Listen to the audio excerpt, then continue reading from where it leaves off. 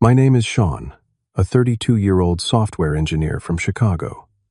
For as long as I can remember, I have been the reliable son, the one who shows up when needed, no questions asked. That identity followed me right into adulthood until last Christmas Eve, when my mom casually announced that my sister Allison's 25 friends would be joining us. The smirk on her face as she said, "It's only 25 people," was the moment years of being taken for granted finally crashed down on me. Before I continue my story, let me know where you're watching from in the comments below. If this sounds familiar, hit that subscribe button and join me as I share how I finally stood up for myself after years of being the family doormat. Growing up, I was always the responsible one. 2 years older than my sister Allison, I naturally fell into the role of protector and helper. Our childhood was fairly normal in the suburbs of Chicago. Dad worked as an accountant. Mom taught elementary school, and we lived in a modest 4-bedroom house with a backyard that hosted countless summer barbecues. Allison and I were close as kids. I taught her how to ride a bike, helped her with homework, and defended her when neighborhood kids were mean. We shared secrets and had our own special language that confused our parents. Those early years formed some of my favorite memories. Things began to shift when Allison entered high school. She was naturally outgoing and popular, while I was more reserved and focused on academics. Our parents started attending all her volleyball games and drama performances, often leaving me home alone during my debate competitions or chess tournaments. I told myself it made sense. Her activities were more exciting to watch. The favoritism became unmistakable after Allison went to college. Despite us both attending state universities, her dorm room received a complete makeover while I was told to make do with second-hand furniture. Her tuition and expenses were covered without question while I was reminded constantly about how my education was stretching the family budget. Still, I maintained my role as the supportive son and brother. When Allison needed help moving apartments, I took days off work. When Mom needed her computer fixed or Dad needed help with taxes, I was there. Through all the small inequities, I kept showing up, hoping my reliability would eventually be valued. Holidays became particularly difficult as I entered my 30s. While Allison was allowed to bring friends, skip certain gatherings, or arrive late, I was expected to be present for every moment, helping with preparations and cleanup. Thanksgiving 2 years ago, I spent 8 hours in the kitchen while Allison and her friends watched football with Dad. When I mentioned the unfairness, Mom simply said, "You know how to cook better, honey." Despite these frustrations, I continued trying to maintain family harmony. Each holiday I arrived with thoughtful gifts and a positive attitude. I valued family connection and held on to hope that eventually things would balance out. This Christmas I had planned carefully. I took 10 days off from my demanding job as a software engineer, specifically to enjoy a relaxing family holiday. I spent weeks selecting personalized gifts for everyone, including a rare first edition book for Dad's collection and artisan earrings for Mom from her favorite local artist. For Allison, I found vintage records from her favorite 70s band that she had been searching for years. I packed my car with gifts, comfortable clothes, and even brought my favorite board games, hoping we might reconnect through family game nights like we did when we were younger. The 2-hour drive to my parents' suburban home was filled with holiday music and genuine anticipation. Despite past disappointments, I remained optimistic that this year would be different. I imagined cozy evenings by the fireplace, meaningful conversations, and the warm family connection I always craved. As I pulled into the familiar driveway decorated with the same light-up reindeer and Santa that had adorned our home since childhood, I felt a sense of belonging. This was still home, and these were still the people who mattered most to me. With a hopeful heart, I unloaded my bags and gifts, ready to embrace the holiday spirit and create new memories with my family. When I knocked on the door, Mom greeted me with a warm hug and the smell of her signature cinnamon cookies. Dad called out from his recliner, "The prodigal son returns."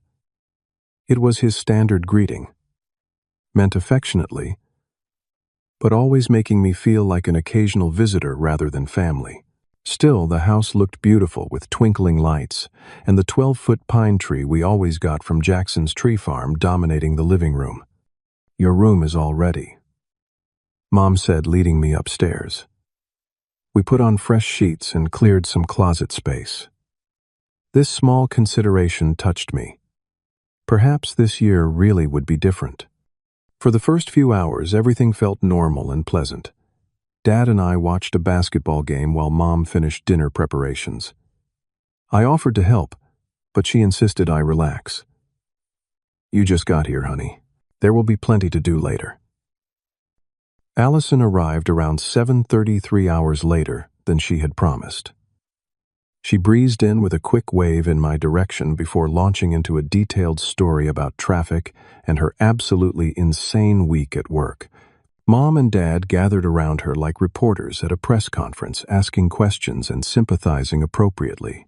I waited patiently for the conversation to shift, perhaps to asking about my 11-hour workdays or the major project I had just completed. It never did. Instead, we moved to the dining room for dinner, where Mom had prepared all my favorites: lasagna, garlic bread, and her special apple pie for dessert. The thoughtfulness of the meal wasn't lost on me, and I expressed genuine gratitude. Halfway through dinner, while passing the salad, Mom casually mentioned, "Oh, by the way, we will need to get the house ready tomorrow. People will be arriving around 4. I paused mid-bite. "What people?" "Allison's friends," she said, as if this were common knowledge. "They're spending Christmas with us this year." "How many friends?" I asked, already feeling a knot form in my stomach. Mom and Allison exchanged glances before Mom answered. "Just 25 or so." I nearly choked on my lasagna. 25 people. For Christmas Eve and Christmas Day. "Well, not everyone is staying overnight," Allison interjected. "Only about 8 need sleeping arrangements." Dad continued eating, as if this conversation were perfectly normal. I looked around the table, waiting for someone to acknowledge how bizarre this last-minute announcement was. "I don't understand," I finally said. "When was this planned?" "Ages ago," Allison said, waving dismissively. "Most of my friends can't go home for the holidays for various reasons. Some have family overseas. Others have parents who are traveling. We discussed it at Thanksgiving." "I wasn't at Thanksgiving," I reminded them. "I had food poisoning, remember?" "Oh, right," Mom said, though her tone suggested she had conveniently forgotten. "Well, it's all arranged now. We will need to prepare the guest rooms, the basement, and of course plan the meals." The way she said we made it clear who would be doing most of the work. I tried again. "But I came home to spend time with family. I was hoping we could relax together, maybe play some games or watch movies." Mom patted my hand condescendingly. "There will be plenty of time for that after the holidays, dear. Right now, we need to focus on being hospitable." Allison jumped in with excitement, completely ignoring my concerns. "I was thinking we could do a Secret Santa exchange with everyone. And maybe a white elephant gift exchange, too. Oh, and Caroline is vegetarian now, and Tyler is gluten-free." My parents nodded along enthusiastically as Allison continued listing activities and dietary restrictions. The conversation swirled around me as they discussed sleeping arrangements, meal plans, and entertainment options, as if I had never expressed any reservations. I made one more attempt. "Don't you think it's a lot to prepare for 25 people with just 1 day's notice?" "At least for me, it's 1 day's notice." Mom's response was the first clear indication of what was to come. "Sean, you're always so good at organizing. I'm sure you can handle it. Besides, what else would you be doing? It's not like you brought anyone home for the holidays." The subtle dig at my single status wasn't subtle at all. Allison smirked, while Dad suddenly became very interested in his garlic bread. I felt myself shrinking in my chair, reverting to the accommodating son who never complained. By the end of dinner, they had volunteered me for grocery shopping, cleaning all 3 bathrooms, setting up the basement as a dormitory-style sleeping area, and preparing at least 3 different breakfast options for the next morning. All of this was decided without actually asking if I was willing to help. As we cleared the table, the reality of my situation dawned on me. I hadn't come home for a family Christmas at all. I had unwittingly walked into being the unpaid help for my sister's holiday party. The peaceful connecting holiday I had imagined was evaporating before my eyes, replaced by an endless to-do list and a house full of strangers. I woke up the next morning at 6:30 to the sound of Mom rummaging in the hallway closet. When I stepped out of my room, she thrust a basket of cleaning supplies into my arms. "Good, you're up," she said brightly. "I've made a list of everything that needs to be done before guests arrive. Dad and I are going to pick up the rental tables and chairs. Allison is still sleeping. She had such a busy week, poor thing." The list she handed me had 27 items ranging from dust, all surfaces including ceiling fan blades, to reorganize garage to fit extra cars. I stared at it in disbelief. "Mom, this would take days to complete." "Nonsense. You've always been efficient. Oh, and here's the grocery list for after you finish the cleaning." The grocery list was equally overwhelming. Ingredients for multiple appetizers, main courses, to accommodate every dietary restriction, imaginable desserts, drinks, and even specific brands of coffee and tea. "The store will be packed the day before Christmas Eve," I pointed out. "That's why you should get started early," she replied, already walking away. "We'll be back around noon. The decorations are in the attic if you want to make the house more festive." Before I could respond, she and Dad were out the door, leaving me standing in the hallway with cleaning supplies and impossible expectations. With a deep sigh, I got to work. I started with the bathrooms, scrubbing tiles and fixtures until they gleamed.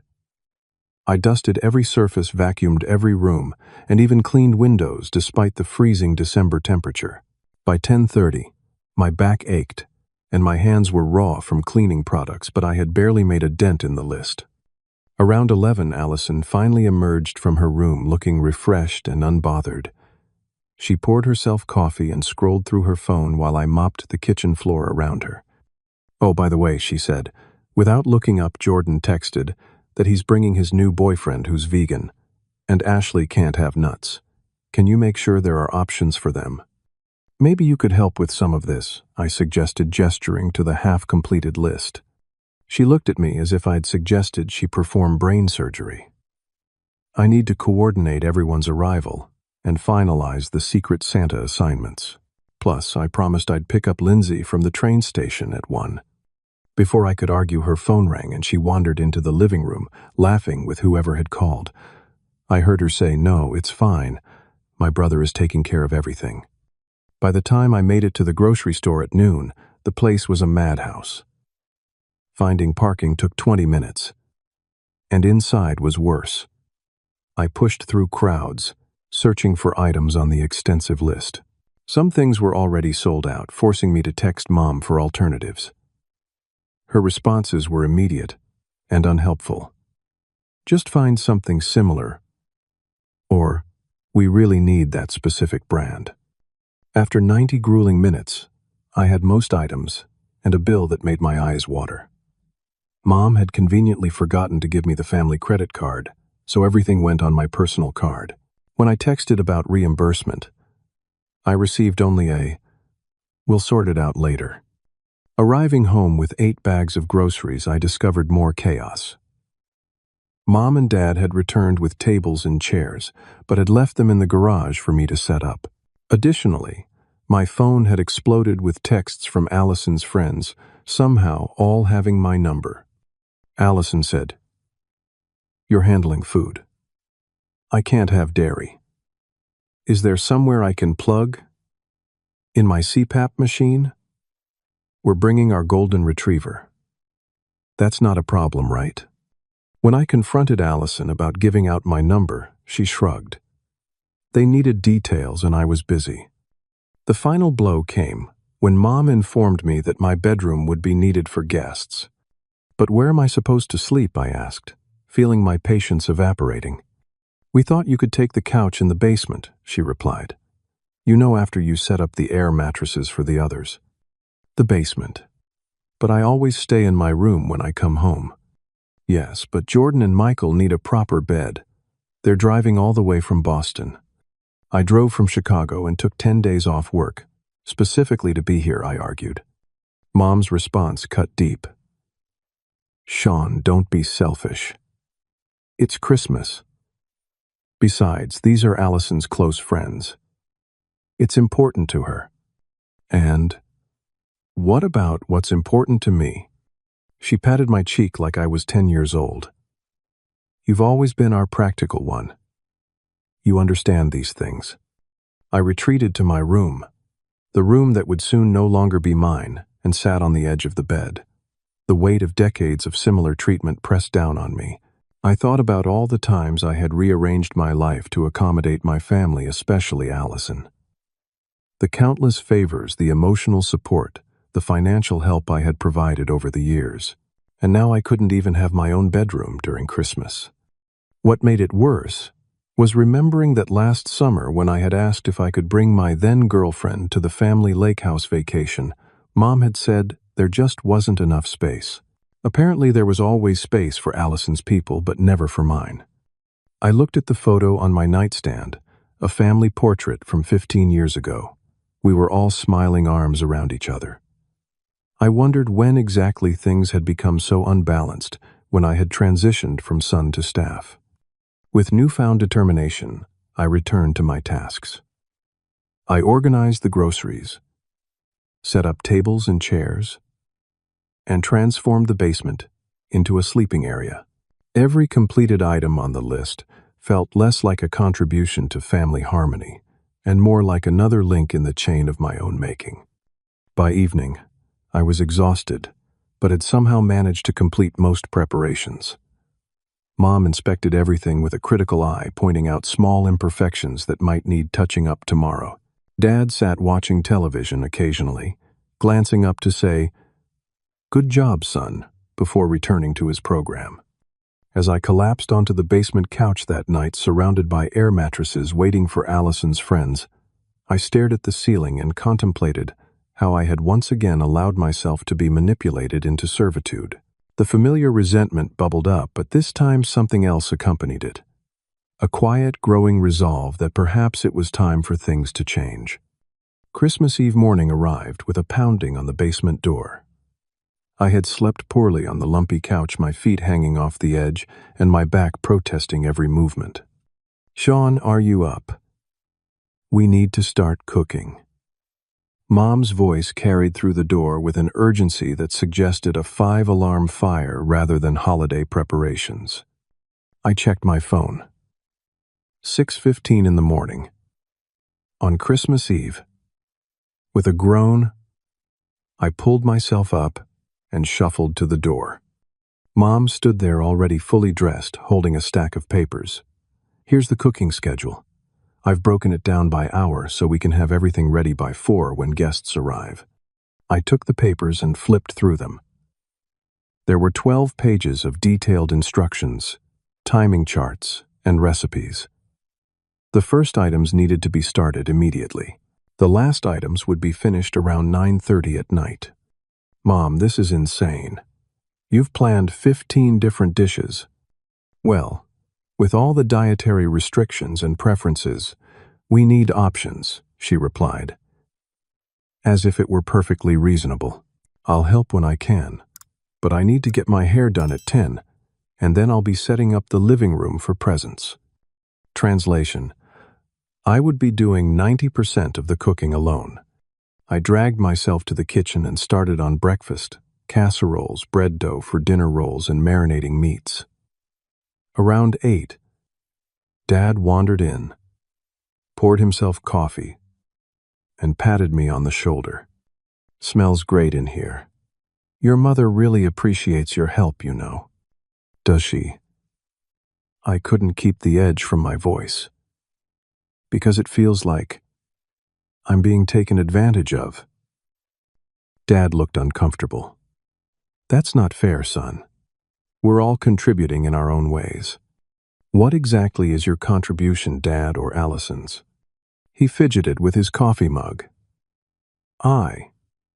Well, I'm handling the music playlist. And Allison is the social coordinator. We all have our roles. Right.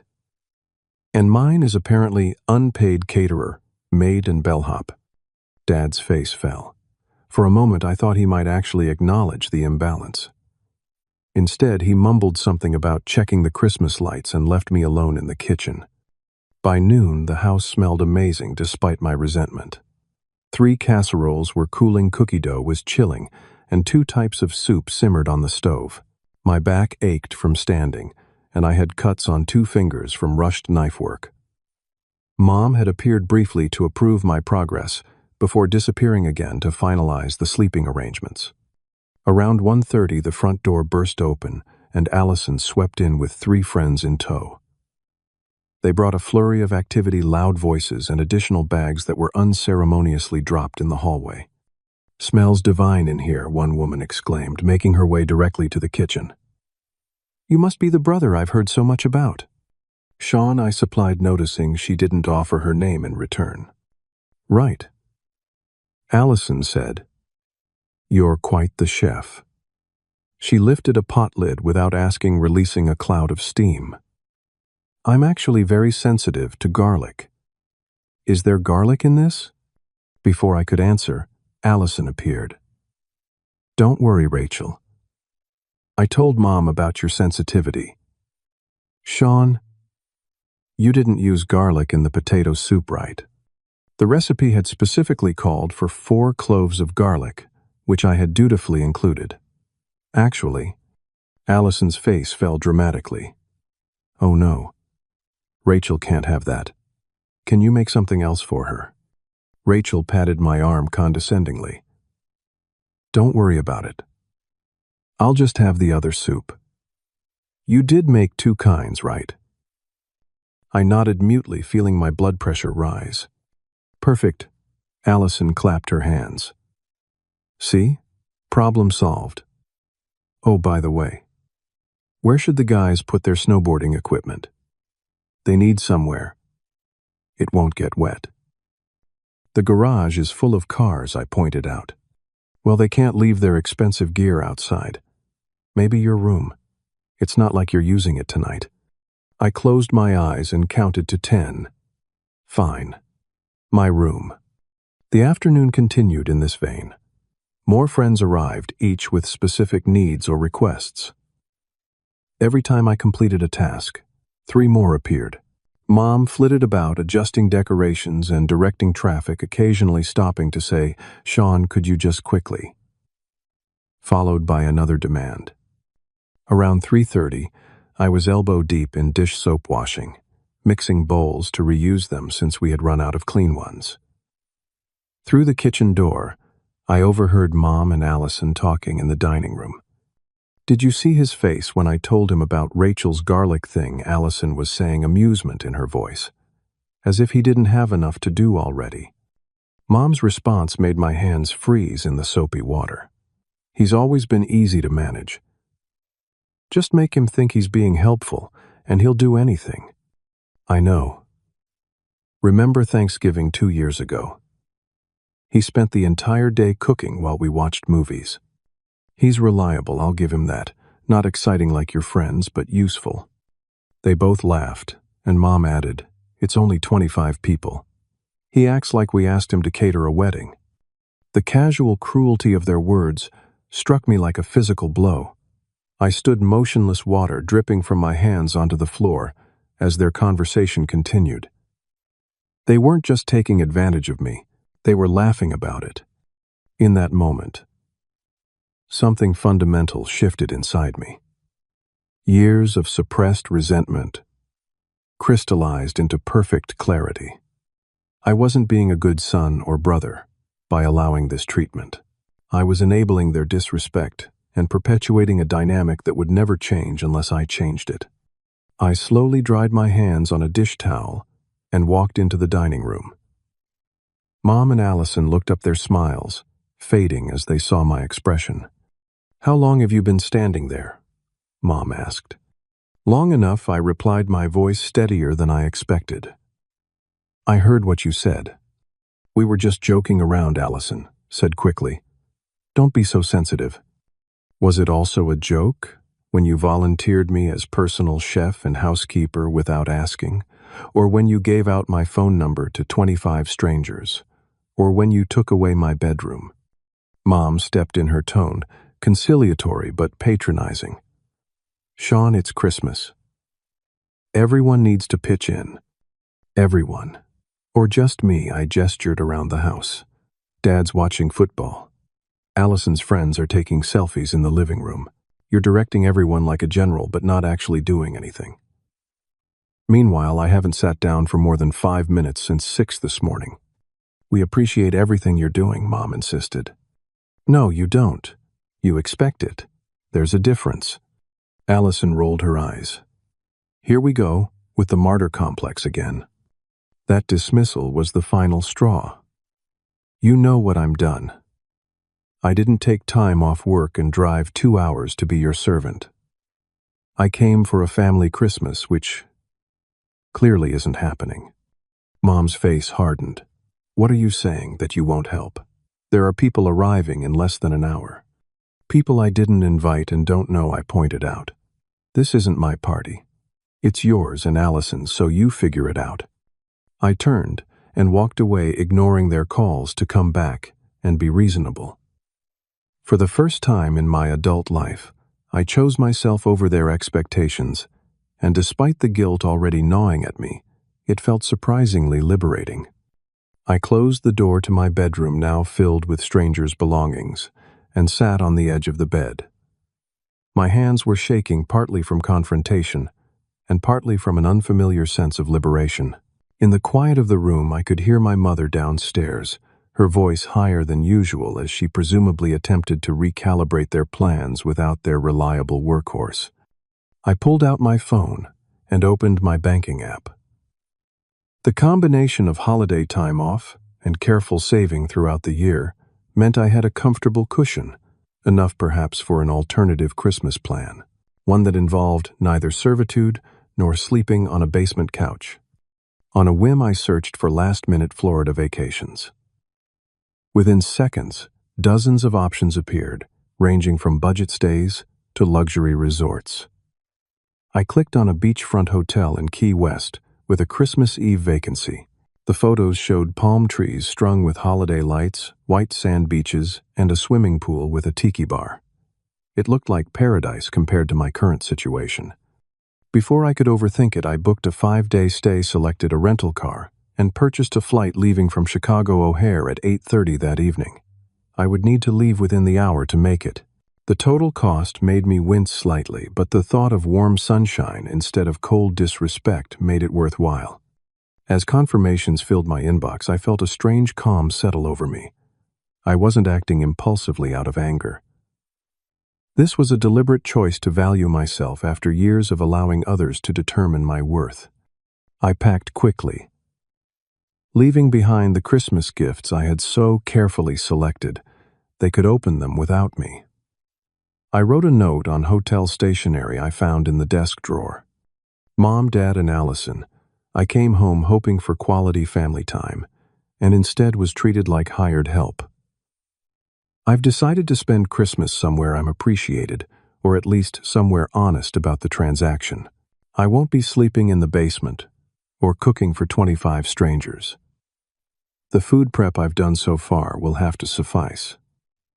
Merry Christmas. Sean.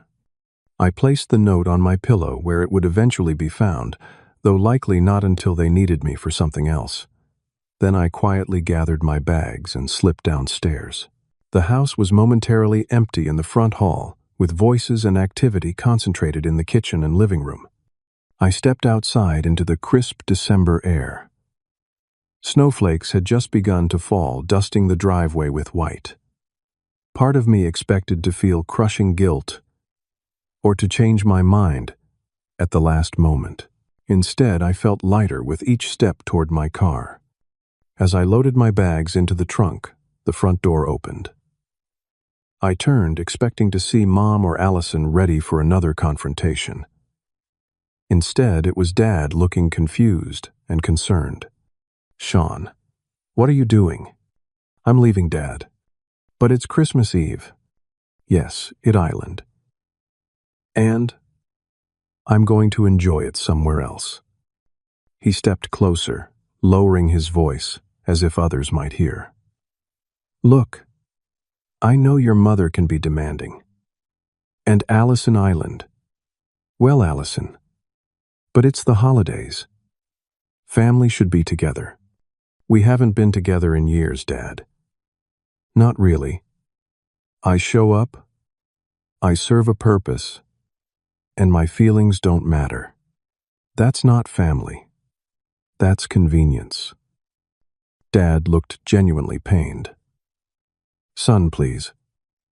Your mother is already stressed about the party. If you leave now, then what? The world will end. You'll have to help. Allison will have to cook. Tell me, Dad, what catastrophe will occur if I'm not here to be used?" He had no answer, which was an answer in itself. "I'll call when I get where I'm going," I said, softening slightly at his crestfallen expression. "Merry Christmas, Dad." Before he could respond, I got in my car and started the engine. In the rearview mirror, I watched him standing in the falling snow, looking somehow older and smaller than he had that morning. For a moment, doubt crept in. Was I being too harsh, too selfish? Then my phone buzzed with a text from Mom. "Where are the appetizer platters? And did you finish the vegetarian stuffing? No, are you okay, or can we talk?" Just more demands. I put the car in reverse and backed out of the driveway, my resolve strengthened. The drive to O'Hare was surprisingly peaceful. Holiday music played on the radio, and the snow created a picturesque scene along the highway. By the time I reached long-term parking, I had received 12 texts and 5 missed calls, none of which I answered. Security was busy but manageable. I treated myself to dinner at an overpriced airport restaurant, enjoying the simple pleasure of someone else cooking for me. As I waited to board, I finally silenced my phone, completely deciding that whatever crisis was unfolding at home was no longer my problem to solve. The plane took off right on schedule, carrying me away from freezing temperatures and frozen emotions towards something unknown but infinitely more promising. As Chicago disappeared beneath the clouds, I felt a surge of something I hadn't experienced in years around my family self-respect. 3.5 hours later, I stepped into the warm Florida night air. Palm trees swayed in the gentle breeze and holiday decorations twinkled throughout the airport. I collected my rental car, a convertible that I decided was a well-deserved upgrade, and drove with the top down to my hotel, the warm air tousling my hair. The hotel lobby was decorated with a tropical Christmas theme. A palm tree, adorned with ornaments, stood in the center, and staff wore Santa hats with their Hawaiian shirts. The receptionist greeted me warmly. "Welcome to Paradise Cove, Mr. Crawford. We're delighted to have you with us for Christmas." "Thank you. I'm delighted to be here. Is this your first time in Key West for the holidays?" "My first time choosing my own holiday." Actually, I replied with a smile that felt more genuine than any I had managed in the past week. In my oceanfront room, I stepped onto the balcony and took a deep breath of salt air. Below, waves lapped gently at the shore, and distant laughter drifted up from the hotel bar. I tried to imagine what was happening back home. The kitchen chaos, the arrival of Allison's friends the moment they discovered my note. Surprisingly, I felt no satisfaction at picturing their distress, only relief at my absence. This wasn't about punishing them. It was about finally acknowledging that I deserved better treatment than I had been receiving. I fell asleep to the sound of ocean waves instead of basement pipes, looking forward to waking up on Christmas morning with absolutely nothing expected of me. I woke up Christmas morning to sunshine streaming through the curtains. For a moment, I was disoriented, expecting the dim light of my parents' basement. Instead, I found myself in a plush king-sized bed with ocean views and the gentle sound of waves. When the reality of my situation fully registered, I waited for guilt to overwhelm me. It didn't come. Instead, I felt an unfamiliar lightness, as if I had set down a heavy burden I had been carrying for years. I ordered room service breakfast, something I never would have indulged in normally. As I ate French toast on my balcony watching early morning swimmers in the ocean below, I finally turned my phone back on. The screen immediately lit up with notifications. 38 text messages, 16 missed calls, and 7 voicemails. Most were from Mom and Allison with a few from Dad. I scrolled through the texts, watching the progression from irritation to concern to anger to guilt-tripping. Mom's first few messages were practical. "Where did you put the serving spoons?" Then, accusatory. "I can't believe you would just leave." By midnight, she had moved to emotional manipulation. "You've ruined Christmas for everyone. Is that what you wanted?" Allison's messages followed a similar pattern, but with more explicit guilt. "My friends are asking where you are, and it's embarrassing. And later Mom is crying because of what you did." Dad's texts were fewer and more subdued. "Please let us know you're safe." And, "We can talk this through, son." The voicemails told their own story. The first, from Mom at 4:45, captured the moment they must have found my note. Her voice was tight with controlled anger. "Sean, this is completely unacceptable. Call me immediately." The second voicemail from Allison around 6 was less controlled. "The kitchen is a disaster, and half the food isn't done."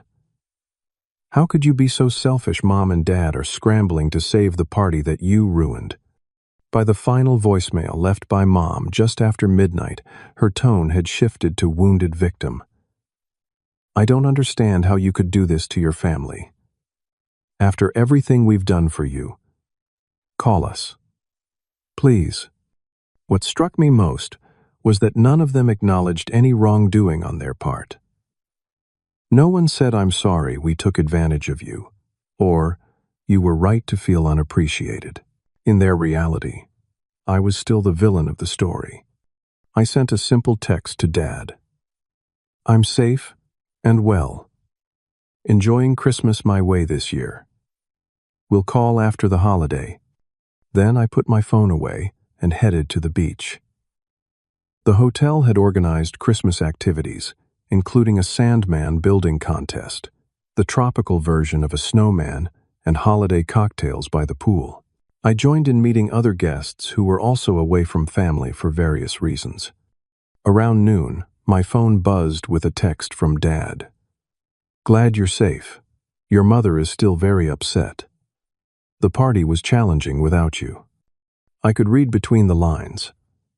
Without their cook and cleaner, they had probably struggled to feed 25 people. Part of me felt vindicated, but another part felt sad that it had come to this. Throughout the day, I received updates from social media.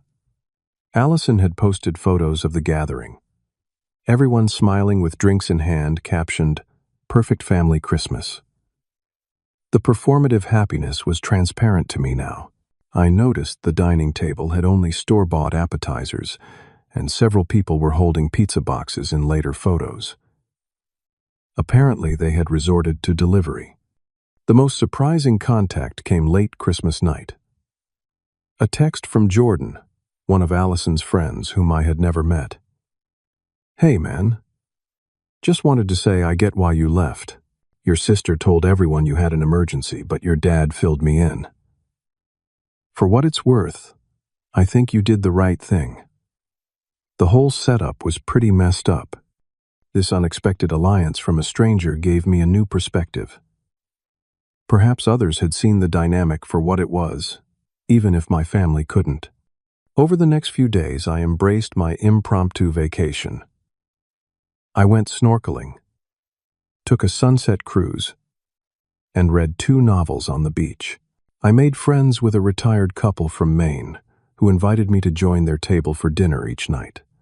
They listened to my story without judgment and shared their own experiences with family boundaries. Eleanor, the wife, offered wisdom from her 76 years. Sometimes the greatest gift you can give your family is the opportunity to miss you. It's the only way they'll value your presence. Messages continued to arrive from home, evolving from anger to bargaining. Mom suggested we put this unfortunate incident behind us and start fresh for New Year's. Allison vacillated between continuing to blame me and offering half-hearted concessions. Maybe we did spring too much on you, but that's no reason to ruin Christmas. Dad remained the most reasonable, eventually acknowledging, "We may have taken your help for granted. That wasn't right." On my third day in Florida, I received an unexpected message from Allison. No accusations, no demands. Just a simple, "The cookies you made before you left were really good. Karen asked for the recipe, but I realized I don't know how you make them." It was such a small thing, but it felt like the first crack in the wall of entitlement. I sent her the recipe, and she responded with a brief thanks followed by, "The house feels weird without you here." This tiny acknowledgement that my absence was felt as more than just inconvenience was the first step toward a potential reconciliation. Not immediate, not without conditions, but possible. As my vacation neared its end, I felt fundamentally changed. The sun had bronzed my skin, but more importantly, the distance had clarified my thinking. I wasn't angry anymore, just resolved. I could love my family without being their servant. I could participate in holidays without sacrificing my dignity. And most importantly, I could establish boundaries without feeling guilty. On my final night in Key West, I called Dad. Our conversation was awkward at first, but gradually eased into something more honest than we had shared in years. "Your mother doesn't know I'm calling," he admitted. "She's still processing." "You mean she's still angry?" "Yes, that too." He sighed heavily. "I should have spoken up, Sean. I saw what was happening, but took the easy route of staying out of it. That's on me." His accountability limited, though it was meant everything. "Thanks, Dad. I appreciate that." "Will you come home for New Year's?" he asked tentatively. "No," I said firmly. "I need more time, and I think you all do too. But I'll visit sometime in January on my terms. No surprises, no expectations of servitude. Just family time, or nothing at all." To my surprise, he accepted this without argument. "We'll be here when you're ready. And Sean, I'm proud of you for standing up for yourself. Even if the way you did it gave your mother heart palpitations." I laughed, the tension breaking. "Tell her my New Year's resolution is to provide advance notice before my next rebellion." "I'll pass that along," he chuckled. "Merry Christmas, son." "Merry Christmas, Dad." As I packed my bags that night, preparing to return to Chicago the next day, I felt no regret for my decision. The holiday had been unconventional, but healing in ways I hadn't anticipated. I had chosen myself. And somehow, that choice might eventually lead to a healthier relationship with my family, rather than destroying it. The new year brought clarity and perspective. I returned to Chicago with a renewed sense of self-worth and clear boundaries. January passed without a visit home, as I focused on work and rebuilding my routine. The distance gave everyone time to reflect, though reconciliation came in small, imperfect steps. Mom was the most resistant to change. Our first phone conversation 3 weeks after Christmas was strained, with her attempting to gloss over what had happened. "We should put this unfortunate episode behind us," she suggested, as if my departure had been a minor inconvenience rather than a necessary awakening. "I can't do that, Mom," I replied calmly. What happened wasn't a misunderstanding. It was the result of years of imbalance in how this family treats me. "You're being dramatic," she insisted, though, with less conviction than she might have used before. I'm being honest. And if we're going to have a relationship moving forward, that honesty needs to continue. It took 2 more difficult conversations before Mom began to acknowledge, however, reluctantly, that perhaps there had been some truth to my perspective. The turning point came when I declined her invitation to Easter without apology or excuse. "But you always come for Easter," she protested. "I always did many things that weren't healthy for me," I responded. "That's changing now." My straightforward refusal seemed to finally make her understand that the old dynamics were permanently altered. Her next call included the first genuine apology I could remember receiving from her. "I've been thinking about Christmas," she began hesitantly. "And other holidays, too. I may have taken advantage of your willingness to help. That wasn't fair to you." It wasn't a complete acknowledgement, but it was progress. "Thank you for saying that, Mom. It means a lot." Dad adapted more quickly, perhaps, because he had always been more observer than participant in the family power dynamics. He started calling regularly just to chat about sports or work, rather than to make demands or pass along messages from Mom. These conversations gradually rebuilt our connection on more equal footing. Allison's journey was the most surprising. A month after Christmas, she texted asking if we could meet for coffee when she was in Chicago for a work conference. I agreed with cautious optimism. We met at a quiet cafe downtown, both slightly awkward in this new territory of treating each other as adults, rather than falling into childhood patterns. After exchanging pleasantries, she got straight to the point. "I was really angry when you left," she admitted, stirring her latte. "But after the initial drama died down, I started thinking about how we've always interacted, and I realized something uncomfortable." "What's that?" "I've been spoiled. Like genuinely spoiled rotten. By Mom and Dad, but also by you." The admission was so unexpected that I nearly spilled my coffee. "That's not what I expected you to say." She smiled ruefully. "Trust me, it wasn't what I expected to realize either. But after you left, I had to step up. Actually cook. Actually clean. Actually handle problems, instead of passing them off to you. It was exhausting. And I kept thinking, has Sean been doing this all along? Pretty much I confirmed. Why didn't you say something sooner?" "I did. Many times. Nobody listened." She looked genuinely chagrined. "I'm sorry for that. And for Christmas. It was thoughtless and entitled." Her apology, freely given without qualification, helped heal a wound I hadn't fully acknowledged. "Thanks, Ali. That means a lot." We spent 2 hours talking more openly than we had in years. She shared her insecurities that had led to always needing to be the center of attention. I explained how my people-pleasing had enabled family patterns that hurt everyone in the end. By the time we parted, something fundamental had shifted between us. Not perfect, but hopeful. February brought a tentative invitation from Dad. "Your mom and I were thinking you might want to come for dinner next weekend. Just us, no guests, no elaborate meals. We thought we could order takeout." The explicit acknowledgement that I wouldn't be expected to cook was both amusing and touching. "That sounds nice, Dad. I'd like that." That first visit home was awkward, but important. Mom had clearly cleaned extensively before my arrival, perhaps understanding for the first time how it felt to be solely responsible for presenting a perfect home. Dad hovered anxiously repeatedly, assuring me that they had ordered enough food and I wouldn't need to help with anything. Allison wasn't there, but she had sent a gift that made me laugh out loud when I opened it. A custom apron with the words, "Off Duty," emblazoned across the front.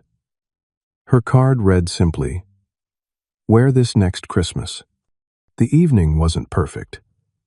Old habits emerged occasionally, like when Mom automatically asked me to fix the flickering dining room light before catching herself and saying, "Actually, never mind. We can handle that later." But these small stumbles only highlighted how conscious everyone was trying to be of the new boundaries. By the time I left, we had managed several hours of genuine connection without expectations or obligation. The true test came the following Christmas.